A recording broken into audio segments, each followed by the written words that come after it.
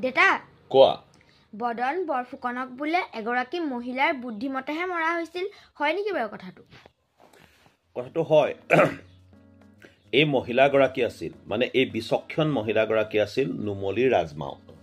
গম পাইছেনে ৰজাৰ মাতৃ চন্দ্ৰকান্ত সিংহৰ মাক আছিলে আচলতে বদন বৰফুকনে যেতিয়া মানসহ আহি যোৰহাটত সোমাইছিল অতি বিপদত পৰি দেশখনৰ স্বাৰ্থত এই নুমলী ৰাজমাৱে তেওঁক আদৰি সাদৰি আনিবলগীয়া হৈছিল ৰাজনৈতিক কাৰণত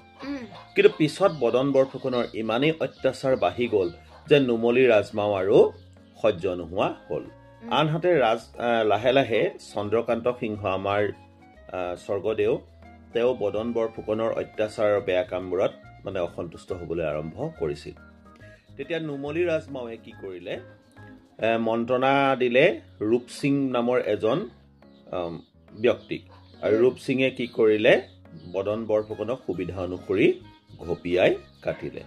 এই সম্পৰ্কে এটা কাহিনীও আছে এটো মই আইধা তোমাক পিছত ডিটেইলছত কম দেই